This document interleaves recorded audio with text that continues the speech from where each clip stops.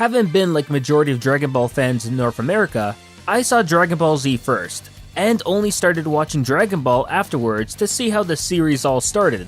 So naturally, one of the things that caught my eye and always interested me since watching Dragon Ball was how King Piccolo created his minions, the Demon Clan Namekians, or Mutated Namekians if you will.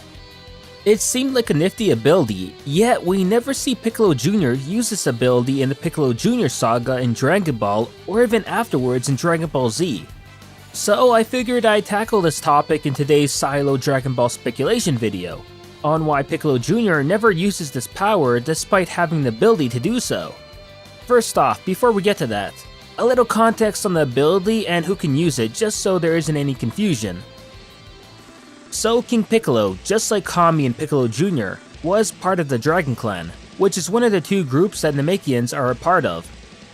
In the Dragon Clan, those Namekians specialize in mystic abilities, while in contrast to that, the other Namekian group, being the warrior type, are the Namekians who are proficient in combat and defend their Dragon Clan brothers from danger. So King Piccolo, naturally due to being part of the Dragon Clan, was able to use the birthing an egg ability, which is also known as Poco Pen, to spit out eggs containing his children from his mouth. However, unlike a normal Namekian, due to his evil nature, King Piccolo instead spawned mutant Namekians, which he used as his minions throughout the King Piccolo saga in Dragon Ball. Yet, after that saga, we never see Piccolo Jr. use that ability at all in the series, which definitely makes you wonder why, as essentially you can create a whole entire army of them if needed. Also, any claims that he didn't have this ability are thrown out the window.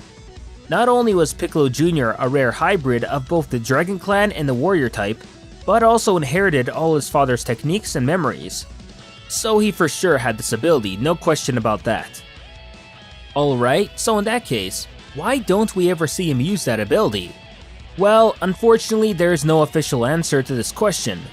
However, after doing some thinking, it starts to make sense why he never created minions of his own like his father. As first and foremost, due to being his nature and personality. Unlike his father, Piccolo Jr. was a loner. He was never interested in surrounding himself amongst company like his father was. And if he wanted to get something done right, he would do it himself rather than rely on someone else.